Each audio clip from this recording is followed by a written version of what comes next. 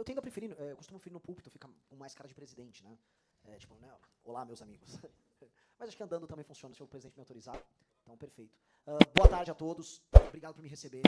E já para começar, né, buscando alguns vínculos interessantes aqui entre todos nós, queria comentar hoje sobre o Ministério Público Federal, lá no Pará. Tá? E aqui vocês vão ver que eu estou sentindo as dores de vocês sem nunca transportar nada. Eu fui, basicamente, estou sendo alvo de uma ação do Ministério Público Federal, lá no Pará, porque eu reclamei que índios criminosos, ou supostos índios criminosos, invadiram a área da Cargill, um caso que ficou muito conhecido nacionalmente, deixando centenas de caminhoneiros esperando numa fila gigantesca, sem ter como ir ao banheiro, sem ter como beber água, impedindo o escoamento da produção de grãos que saíram não só do Pará, mas vinham também do Mato Grosso, destruindo a possibilidade da construção de uma hidrovia que conectaria ela própria com ferrovia, com rodovias, melhorando o escoamento da nossa produção. Ou seja, uma política de sabotagem que era tocada por uma suposta tribo indígena, que era fomentada por uma deputada indígena ligada ao petismo, uma moça lá do PSOL, com o apoio do governo Lula. Eu fui até lá, gravei um vídeo sobre isso, trouxe luz para esse tema nacionalmente, e agora estou sendo acusado de uma pessoa que tem preconceito contra índios, e o Ministério Público Federal exige de mim uma retratação pública para as 14 etnias indígenas ali que supostamente eu ofendi, e também um pagamento de R$500 mil para eles, obviamente porque né, ninguém é de ferro, né, todo mundo precisa de um dinheirinho ali. Então, minha causa, boa parte da causa, não apenas do meu movimento, que é o Movimento Brasil Livre, mas da nossa candidatura, envolve e tem uma intersecção tão grande com a área de vocês, que boa parte daquilo que foi a minha pré-campanha e que será nos próximos dias a minha campanha, envolve comprar as brigas do setor. E quando eu rodei o Brasil, e eu rodei o Brasil especialmente de carro, eu pude cruzar os lugares mais pobres do Brasil de carro, boa parte do que eu gravei, boa parte do que eu reclamei, boa parte do que nós falamos sobre política fiscal e o impacto disso na capacidade de investimento em infraestrutura, que eu vou tratar aqui com vocês, tem a ver com isso. Um país que não tem mais infraestrutura de logística, que não investe em nada nisso. Um país que parou de tratar isso como prioridade. Um país que vem empobrecendo. Da ponte que caiu lá no Maranhão com Tocantins, que nós pudemos visitar, e que teve que ser reconstruída às pressas, até a tentativa de escoamento de produção que os pobres maranhenses ali têm, que tem que pegar aquela, acho que é MA-006, que é uma rodovia de terra, basicamente toda esburacada, que eu pude perder 4 pneus ali enquanto rodava de carro gravando conteúdo para campanha.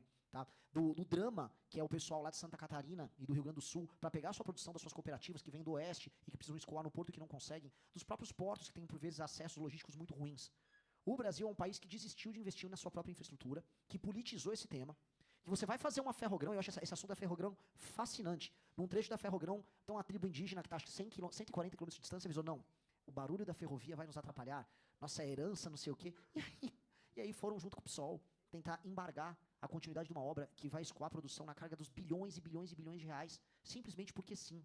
E ao longo dos últimos anos, nós passamos por essa sabotagem, e aí se você reclamasse, você estava perseguindo as nossas etnias indígenas, você estava perseguindo quilombolas, era um debate completamente interditado e infantilizado. Não há outro nome para tratar disso do que sabotagem. E sim, muitas regiões do Brasil, especialmente uma parte do Nordeste, aquela parte que inclui Piauí e Maranhão, e quase tudo que envolve Norte e um pedaço da região Centro-Oeste, são sabotados. Sabotados. O que a gente vê acontecer na parte de infraestrutura, de logística, na região do Pará, é sabotagem pura e simples. E vocês, no setor de vocês, sentem isso na pele. Sem falar, obviamente, das outras regiões do Brasil. Não é que tá uma maravilha os outros lugares. Eu sou do estado de São Paulo, que é um lugar que é melhorzinho em termos de infraestrutura.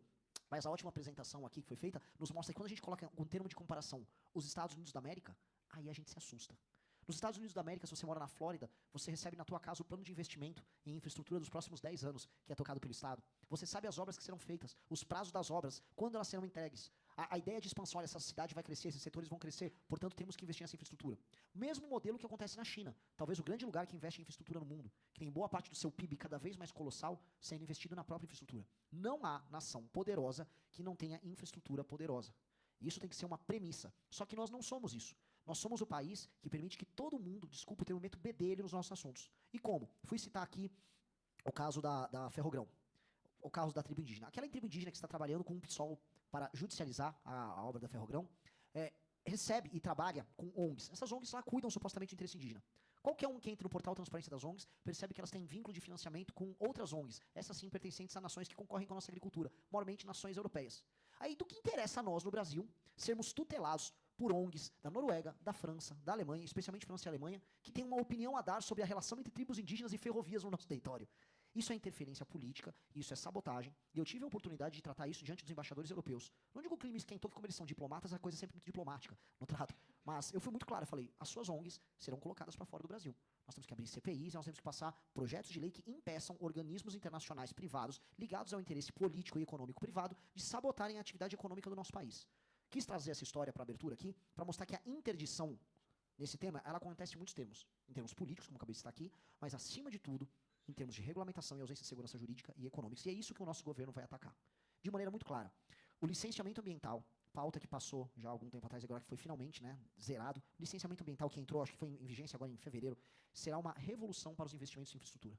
Estou aqui com o deputado do nosso partido, Kim Kataguiri, que participou desse projeto, foi relator, em grande parte, depois foi para o Nery, que você passou para o Nery Geller, depois ele passou, a relatoria acabou terminando com o Nery Geller, mas boa parte dela foi construída pelo Kim, e ela representa um avanço tão grande, que prepara o campo para o investimento privado na área de infraestrutura com segurança jurídica, com um regramento minimamente funcional na parte das compensações, transformando certos órgãos que trabalham contra o Brasil, e sejamos honestos, por muitas vezes ICMBio, IBAMA, etc., são órgãos de sabotagem nacional, especialmente na área de infraestrutura, trabalhando agora não apenas como entes que interferem na atuação nas obras, mas agora como órgãos consultivos, ou seja, há um espaço para uma revolução que precisa, através de um novo presidente da República, ser garantida, porque dado que vivemos um país em que até o passado é incerto, que essa é a verdade sobre o Brasil, até o passado é incerto, você tem que ficar de olho para eles não tentarem derrubar o que passou agora no licenciamento ambiental. O próximo presidente da República é o presidente da República para garantir a devida implementação do licenciamento ambiental, porque a sabotagem virá.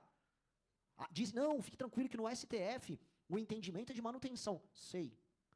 Alguém aqui confia na segurança jurídica oriunda do STF hoje? Temos que ser muito claros nesse tema. Nós temos que garantir, o próximo presidente da República vai nomear 4 ministros do STF. E os 4 ministros têm que ser comprometidos com segurança jurídica, em todos os temas. Outro tema que foi citado aqui, que é muito importante. A reforma trabalhista ajudou a diminuir o litígio. Talvez nem tanto no setor de vocês, que é altamente sindicalizado, e aquela questão do julgado, o acordado passar sobre o acordado sobre o legislado é superior, e acabou regulamentando o meio. Só que há uma tentativa de destruição da reforma trabalhista. No que nós precisamos trazer. Nós, o meu grupo político do qual eu faço parte, fomos o único grupo abertamente contrário ao fim da escala 6x1. Nós fomos para a briga, aquele deputado que está aqui na frente, o deputado Kim Kataguiri, discursou no púlpito, foi xingado por todo mundo, mas ele falou a verdade, e eu, dentre os presidenciáveis, sou o único a vir publicamente falar, temos os amigos da imprensa que estão aqui, não tenho nenhuma vergonha de falar, vou derrubar esse projeto horroroso. E não apenas derrubar esse projeto horroroso, nós precisamos de trabalho. Uma nação sem trabalho não tem economia. E uma nação que sabota o próprio trabalho não terá trabalhadores. O direito básico de um trabalhador é ter o trabalho. Quando você não tem o trabalho para o trabalhador, que país nós iremos? O país em que o presidente comemora que aumentou o número de pessoas que estão no Bolsa Família? Isso é uma loucura. Portanto, a nossa legislação trabalhista tem que ser ou substituída, ou temos que ter uma legislação alternativa que trabalhe com hora de trabalho adequada às melhores fórmulas que o mundo tem à disposição. Nós temos que ter isso e o próximo governo precisa tratar desse assunto, até porque isso envolve também questões previdenciárias. Este tema precisa ser resolvido. Você precisa de segurança jurídica no trabalho, assim como segurança jurídica para efetuar os devidos investimentos na área de infraestrutura, que eu volto a falar. O licenciamento ambiental foi um avanço sensacional, que vai precisar ser garantido, que vai garantir investimento, mas aí, presidente, para o investimento acontecer, vamos para outra parte do problema, que é o que eu venho falando. É a corrida pela questão fiscal. Não tem gente investindo, não há investimento. Se o governo não tem espaço orçamentário para investimento em infraestrutura, e se o setor privado vê esses juros colossais que nós temos. Não há estímulo. Por mais que a gente garanta a segurança jurídica, no final o capital vai se alocar de outras maneiras. E mesmo que haja, veja só, há uma demanda por investimento, demanda represada. O centro-oeste, a região norte do Brasil, tem uma demanda colossal represada em investimentos de infraestrutura, para que a gente possa escoar essa produção trilionária que nós temos. Se os juros não baixarem, a gente não vai conseguir fazer absolutamente nada. Nós temos uma agenda, e eu voltei agora, tive uma conversa muito boa com o pessoal do setor do comércio e serviços, já tive com o pessoal do agro, já tive com o pessoal da indústria, e essa agenda é comum. E aqui eu posso jogar um desafio também para vocês que eu já joguei para os demais. Em temas que são de interesse nacional, legislação trabalhista, mas também matéria fiscal, corte de gastos do governo, todos os setores têm que se unir. E o meu governo será o governo que vai unir todos vocês. Eu preciso de vocês com a turma da agricultura, preciso de vocês com a turma da indústria, preciso de vocês com a turma do comércio e serviços. Nós precisamos fazer todas as reformas fiscais para economizar bilhões de reais. Porque o nosso modelo fiscal, a nossa âncora fiscal será a seguinte, e ela é muito clara. Tudo que eu reduzir em termos de vinculações e indexações será transformado em superávit. Tudo que eu reduzir em termos de gasto do governo vai virar investimento em infraestrutura. E esse é um marco legal, que é um marco revolucionário. Nós temos que subir para 4% ou a mais de 4% do PIB sendo gasto em investimentos de infraestrutura. E nós só vamos fazer isso gerando espaço fiscal para isso. Ponto. E todos os setores, e eu preciso de ajuda. Para passar isso, vou precisar de todos os setores atuando. Todos os deputados que têm medo de votar esse tema, todos eles vão ter ou um agricultor perto da casa dele, ou da base eleitoral dele, ou um transportador, ou um pequeno manufatura, ou uma loja que vota nele. Todo mundo vai ter que ir para cima desses deputados. Nós precisamos resolver o nosso orçamento. Nós precisamos economizar 3,3 trilhões em despesa nos próximos anos. Isso não está contando despesas que nós vamos economizar caindo a taxa Selic, que tem um impacto também no pagamento da dívida, e de juros, etc. E aí somaria um valor ainda maior. Ou seja, o que eu quero dizer é, precisamos fazer a reforma fiscal, que é o primeiro tema que eu vou fazer, não só quando eu assumir, é antes de eu assumir, é justamente no momento que eu venci a eleição, para passar uma PEC da transição. Nós precisamos de ajuda na PEC da transição, para cuidar de parte de vinculações e indexações, para começar a sobrar espaço fiscal, para que o Banco Central, o Bacen, possa começar a reduzir os juros, e aí, garantindo a segurança jurídica, o excelente plano de infraestrutura de vocês. Eu tenho um livro amarelo que é um livro de propostas. Muito interessante as metas. Vocês foram mais ambiciosos que nós em muitas das metas que vocês colocaram. E para entregar essas metas, dinheiro barato, disponível, segurança jurídica. O Plano Nacional de Infraestrutura já existe há séculos. Todo mundo sabe. Boa parte das obras ou estão paradas, ou elas já foram planejadas, tem obras que já foram licitadas, ou seja, tem muita coisa parada, mas o Estado brasileiro sabe exatamente o que precisa ser feito. Setores inteiros que estão carregando a economia brasileira nas costas estão chorando, às vezes, por uma duplicação de uma rodovia, ou uma finalização de uma ferrovia, ou um cruzamento de uma ferrovia com uma rodovia, ou para a parte do agro, que não sei se não é muito setor de vocês, mas silos, que acho que impacta também em alguma medida. Em resumo, investimento em infraestrutura para que os nossos produtos, que já existem, que já são produzidos, que já tem cliente, sejam escoados. É um país tão maluco, essa história, vocês me desculpam, essa história é tão maluca, porque assim, já tem cliente, já tem demanda global pelo que o Brasil produz, a produção já existe e o preço é competitivo. E mesmo diante disso, a gente continua se sabotando. É porque falta, eu volto a colocar, boa liderança na presidência da República e nos ministérios, e uma vontade de articular o Brasil produtivo. Hoje, o Brasil produtivo é sabotado e dirigido pelo Brasil improdutivo. E a gente fica à mercê. Vamos pegar o caso em tela de Erika Hilton. Sabem quem é essa deputada? Erika Hilton, lá de São Paulo, teve uma boa ideia. Olha, tá pegando o assunto de fim da escala 6x1. Usa seu canhão de redes sociais, divulga ali sua agenda, aí um monte de deputado otário da esquerda compra, o governo Lula, acho que vou ganhar o coração dos trabalhadores. Entra no tema. Aí a direita, sabe a direita? Direita que lei e ordem a favor dos negócios. Putz, é no eleitoral, tenho medo de votar contra. E aí nós fomos pautados por uma pessoa desqualificada como a Erika Hilton. Os senhores, representantes de um setor que carrega de verdade o PIB nas costas, terminaram sendo pautados por uma pessoa completamente desqualificada, que montou uma pauta interesseira e oportunista para lacrar e ganhar voto, e um governo que quer só sabotar vocês foi lá e passou. E os deputados do Centrão e da direita passaram também porque no eleitoral. Isso é, acima de tudo, uma crise de liderança. O presidente tem que chamar o Brasil produtivo e falar, não vai passar. Vamos para cima e vamos passar a agenda de produtividade no Congresso. Vamos fazer todos os cortes no orçamento que precisa para sobrar dinheiro para investir na infraestrutura. Vamos garantir segurança legal. ONG nenhuma, gringo nenhum, vai meter o bedelho aqui no Brasil e dizer o que a gente pode e não pode fazer. O que a gente pode e não pode explorar. Isso aqui, meus amigos, não é ciência de foguete. Os planos, eu volto a citar, o ótimo plano que vocês têm à disposição aqui, apenas precisa ser executado, porque é o óbvio. Só que nós não fazemos o óbvio. E a pergunta sempre é, se eu não estou fazendo o óbvio, onde está o problema? Há muito tempo, a gente discute sobre a crise de liderança no Brasil. O modelo político que o Brasil dispõe, né, o modelo que veio com a Constituição de 88, entregou pra gente, no fim do dia, um poder executivo que é obrigado a ficar pagando despesas obrigatórias. Tem um monte de direito colocado na Constituição, despesas obrigatórias, aumento de valor de gasto com custeio, redução de gasto com investimento. Isso é um clássico. Ó. Desde a Constituição de 88, a formação de capital bruto, né, com capital fixo, infraestrutura, ela diminui, e diminui muito. No fundo, ela teve um pico, na verdade, no período da ditadura militar, lá no regime teve, aí vem a crise do petróleo, o endividamento externo começa a punir o Brasil, dali em diante a formação desse capital bruto, né, basicamente infraestrutura, começa a diminuir e vem com a Constituição de 88 e cai de vez. Porque a gente está gastando com custeio, a gente gasta com folha, com previdência, e a gente não gasta com infraestrutura. Só que se a gente não gasta com infraestrutura, a gente não tem dinheiro para pagar folha, nem pagar previdência. O que acontece? A gente se endivida. E hoje a gente está pagando folha, previdência e dívida. E aí, cadê as lideranças para falarem isso? Cadê as pessoas com coragem para falar isso? Veja, o nosso campo político, e aqui eu estou falando como candidato, o campo político que eu chamo de direita, mas vamos mudar o nome, vamos botar o Brasil produtivo. Resolveu adotar como liderança, por um período, uma turma desqualificada. Acho que vocês sabem do que eu estou falando de uma família lá do Rio de Janeiro. Essa turma desqualificada não tocou as coisas que precisavam para setor nenhum e nem uniu o Brasil produtivo numa agenda clara. O presidente sério que nós precisamos ter precisa unir o Brasil produtivo nesta agenda. E infraestrutura é a principal agenda de todos na área econômica. Quando eu falo de reforma fiscal, porque boa parte do debate que a gente fez no Brasil é debate econômico, o Brasil é um país perdulário, né? Ele não paga as próprias contas, é um país regional, então o debate é fiscal. Mas em nenhum lugar sério, o debate tem que ser fiscal. O debate é sobre a alocação inteligente dos próprios recursos públicos e dos recursos privados.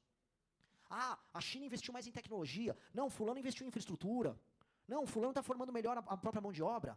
A gente não discute nada disso. É só se vai gastar mais ou menos e com custeio e dívida.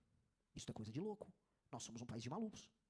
Os nossos números apontam, somos uma nação de malucos. E vocês aqui são ainda mais malucos e continuam trabalhando e produzindo num país maluco desses. Vocês continuam e trabalham e procuram meios e tentam se organizar. Vocês tentam sobreviver. Vocês são os maiores malucos e esse é o mérito de vocês. Só que a maluquice de vocês é do bem, tem a maluquice do mal, que é a maluquice de quem está no poder e que repete os mesmos erros ad eternum sem se preocupar com solução. Então, a nossa questão, para tentar fazer agora um sumário do que eu disse, a nossa questão básica é reforma fiscal no dia 1 após a vitória eleitoral. E tem que andar com uma agenda que nos abra um espaço fiscal de 200 a 250 bilhões por ano para que a gente consiga uma economia de 1,1 trilhão nos próximos 5 anos. O impacto disso nos juros será muito claro. Em coisa de um ano, havendo essa estabilidade, nós podemos ver o Banco Central reduzindo os juros, garantindo a segurança jurídica para o investimento, vai começar a ter investimento, e o governo vai participar dos investimentos, porque tudo que nós abrimos de espaço fiscal ligado à queda de despesa, na nova âncora, será infraestrutura, direto para infraestrutura.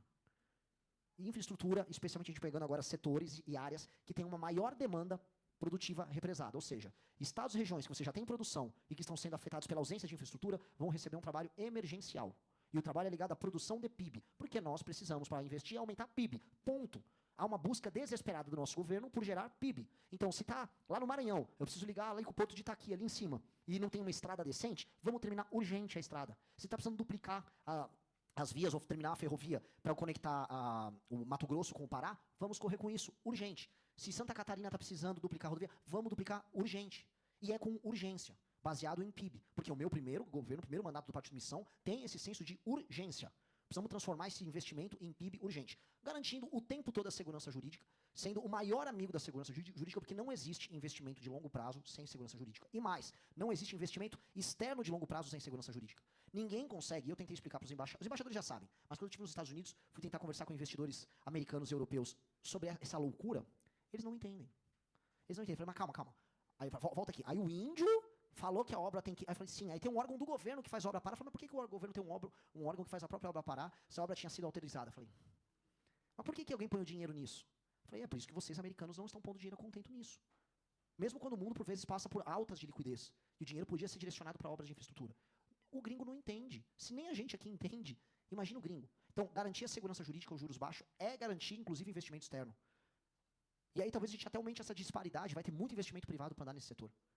Eu poderia andar e falar com vocês, por exemplo, de reservas estratégicas de biocombustíveis. O Brasil é uma potência em biocombustível e será ainda mais. Acabei citando Maranhão, porque existe agora uma usina de biocombustível que eu visitei da Impasa, sensacional. A gente está falando em estoques regulatórios que a gente precisa de combustíveis, e incluir biocombustíveis, para evitar as grandes flutuações de preços que assustam o setor, assustam o caminhoneiro. E um país sério faz isso e se resguarda de crises internacionais. Estou falando de, novamente, uma reforma trabalhista definitiva que gere a segurança jurídica para isso, que vai afetar todos os setores. Eu poderia ficar aqui falando com vocês de inúmeras propostas, mas elas são óbvias e elas sequer são setoriais. As medidas que eu estou falando aqui impactam os serviços, impactam a indústria, impactam o agro e impactam o setor de vocês. E essa é a coisa que mais me dá o prazer. Porque às vezes eu vou em alguns eventos setoriais e naturalmente existem pautas muito legítimas do ponto de vista setorial. Mas o que eu mais gosto de falar é a situação do Brasil está tão ruim que se a gente fizer o básico para todo mundo, ela vai afetar flat, positivamente, para absolutamente todos. No que eu lanço o desafio, porque todos já não estão unidos. O meu governo será um governo que eu vou precisar de na mesa estar novamente com todos os setores produtivos. E a gente vai pegar pelo cangote deputado a deputado e vai fazer eles votarem no que precisa ser votado. Todo mundo sabe a externalidade positiva de fazer isso. Todo mundo sabe os resultados de PIB, os resultados de pacificação no setor, de aumento de lucro, aumento de investimento. Todo mundo sabe que isso vai acontecer. Todo mundo sabe que o setor de vocês voltar a andar, as fábricas de caminhão vão ampliar, vão duplicar, vão triplicar a sua estrutura. Eu visitei o pessoal da Facchini, lá a Facchini, a Randon, que produzem as carrocerias, vão bombar de produzir. A Facchini, inclusive, é a 7ª maior empresa, só para a gente ver o tamanho do setor rodoviário, é a 7ª maior do mundo em fazer carrocerias. É um colosso. Ou seja, isso vai ter um impacto sobre a nossa indústria colossal. Hidrovias, ferrovias, setores que, na prática, essas sofrem muito com a ausência do licenciamento ambiental, garantindo a segurança jurídica, são setores que vão florescer. E aquela eterna crítica que se faz no Brasil, apenas investimos no modal rodoviário e esquecemos o ferroviário, ela vai deixar de existir. Grandes obras, porque o Brasil tem que voltar a ser o país das grandes obras que cruzem o nosso continente, como a ferrovia Ilhéus-Xangai, que é fundamental para a gente, inclusive, não depender do Canal do Panamá, num mundo que vai ficar geopoliticamente cada vez mais complicado, vão permitir escoação de grãos e permitir escoação de minérios, passando pelo meio do Brasil, chegando até o Pacífico. Fundamental para que o Brasil tenha a sua independência logística e que não fique para sempre olhando assim, o drama Estados Unidos e China como um mero espectador. Dizem que a China quer financiar essa obra. O correto é um governo brasileiro, num consórcio com outras nações da América do Sul, fazer isso. Porque o Brasil tem que ser, ao longo dos próximos anos, um líder de logística nas Américas. A América do Sul é o continente por excelência que tem que ser liderado pelo Brasil. E hoje nós não vemos isso. Então, resolver essas questões básicas passam a ser também resolver o papel do Brasil no nosso continente. O setor de vocês funcionando bem, vocês felizes com essa construção conjunta que eu estou falando aqui, é a gente crescer, talvez, não níveis que a China crescia 9%, 10%, mas o Brasil crescer consistentemente a mais de 5%, que o Brasil precisa fazer. O Brasil precisa consistentemente crescer mais de 5% ao ano nas próximas décadas, com aumento de produtividade. E só haverá aumento de produtividade se nossos produtos estiverem rodando. Os produtos que nós vamos rodar, preciso de vocês transportando eles. Então tá aqui o desafio que eu jogo para vocês, tá aqui a mensagem que eu queria trazer para vocês, e estou à disposição para trocar ideia quando for necessário. Sou um amigo do setor, quero ver qualquer candidato, desafio qualquer candidato rival a ter feito mais vídeos sobre os problemas logísticos do Brasil do que eu. Se achar um candidato que gravou mais vídeos na campanha, na pré-campanha do que eu sobre o tema, eu tiro minha candidatura. Porque eu fui o que mais falou desse tema. Tratei ele com a urgência necessária. Das ruas sem pavimentação, as estradas esburacadas, de roubo de carga, a ferrovia abandonada. Visitei estações ferroviárias históricas abandonadas, fiz todo esse trabalho porque não apenas sei do impacto e sei da importância, mas sei que hoje, quando eu vejo esse drama, eu vejo que é a cara de um país que desistiu, que deu errado, e eu não quero que o meu país dê errado, eu quero entrar para a história como o maior presidente da história desse país, de um país que deu certo e ficou rico, e que deu certo para todos nós. Então, muito obrigado. Sobrou 3 minutinhos, mas acho que falei bastante.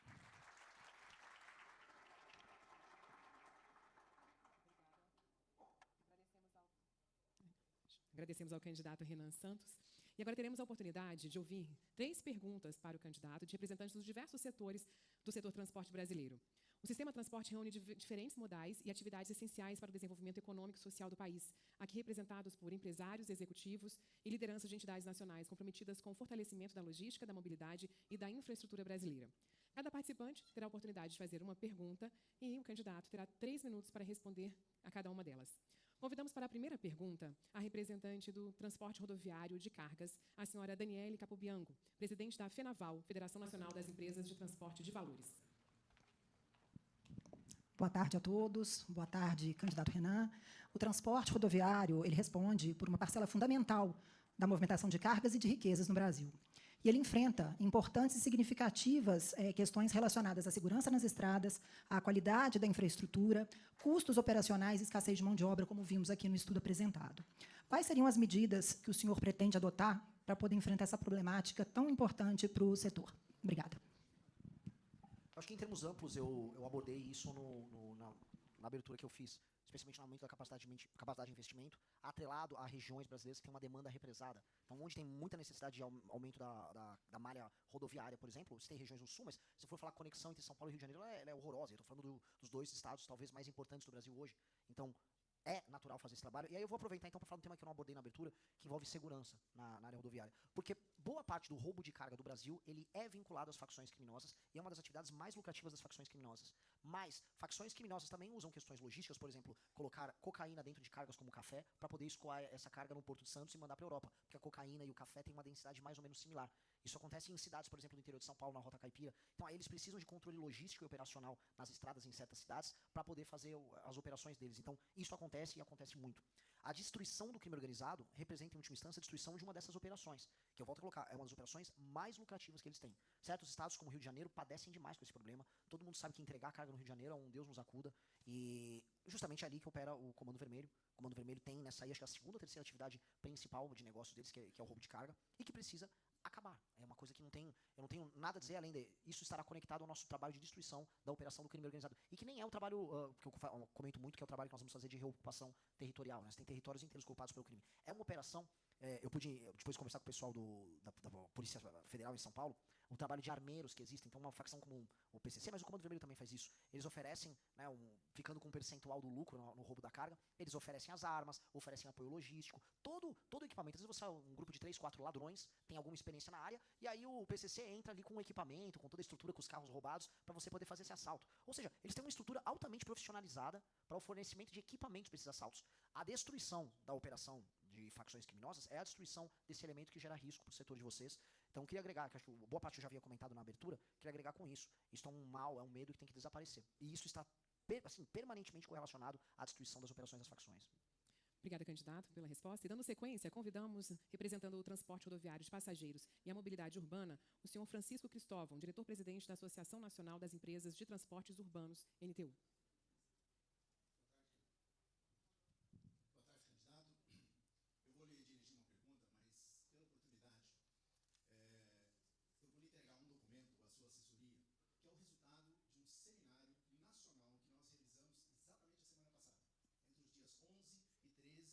Lá em São Paulo, nós realizamos um seminário e debatemos um trabalho que a NTU vem desenvolvendo no sentido de produzir um novo modelo de financiamento para o custeio da operação.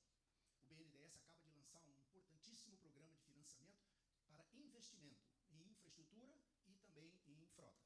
O nosso trabalho busca um novo modelo de financiamento para o custeio, para garantir que as empresas consigam produzir serviço. Tá bom? Eu vou fazer depois chegar, né, à sua assessoria esse documento. Mas a pergunta que eu lhe dirijo é a seguinte: o transporte público coletivo é essencial para o funcionamento das cidades, mas o setor enfrenta perda de passageiros, aumento de custos e necessidade de renovação de frotas. Qual será a política do seu governo para fortalecer o transporte público coletivo e garantir sua sustentabilidade econômica, qualidade de serviço e modicidade tarifária? E se houver oportunidade, eu gostaria que o senhor comentasse também com respeito ao transporte ilegal de passageiros promovidos pelos aplicativos. Qual a sua opinião e proposta para essa questão? Obrigado. Bom, sobre o final que colocou, que é a pergunta polêmica, eu historicamente sempre defendi os aplicativos. Historicamente eu sempre fiz a defesa deles. Simplesmente porque o consumidor ele não está conseguindo, dada a relação que existe entre o Estado e o fornecimento de serviços de transporte, especialmente alguns modais, ele não consegue arcar com isso. Digo isso como uma pessoa que foi usuária do Uber, quando o Uber era considerado clandestino e ilegal. Os preços praticados pela Uber, como um cidadão quebrado, que eu era, um jovem brasileiro que não tinha como, né, pagar por um táxi o tempo todo, eu sofri com isso. E acho que a gente tem que entender que o consumidor ele não pode ser penalizado pelos erros que o Estado comete na relação que ele tem com as empresas, com o setor, ao fazer as regulamentações. E eu não serei inimigo da inovação.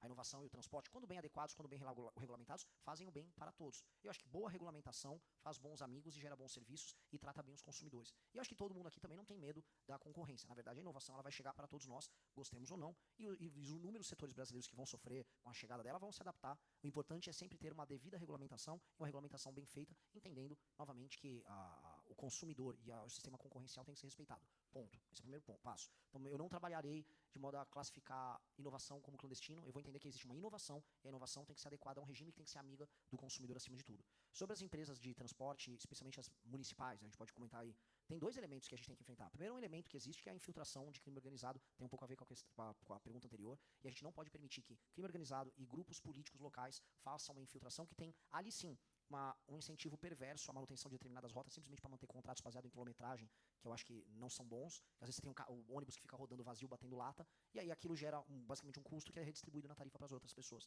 Outras modalidades em que as empresas participam do custeio da operação e ganhar pela operação, no risco da operação, eu acho que são mais interessantes. Aumentar também o trabalho concorrencial nos contratos que existem nos municípios, mas evitando, eu volto a colocar, existem em grandes cidades uma infiltração de grupos políticos e, quando não, grupos econômicos ligados a facções que fazem um trabalho não apenas ruim para as pessoas, mas perigoso, inclusive ligado à lavagem de dinheiro. Então, nós temos que atuar para que os bons empresários, que são a maioria, eles possam atuar, que tenham um sistema concorrencial funcional e que eles não se tornem vítimas da infiltração que a gente vê cada vez mais. Eu volto a colocar, de grupos políticos, não vou citar nomes aqui, mas sou de São Paulo, todo mundo sabe as coisas que aconteceram por lá.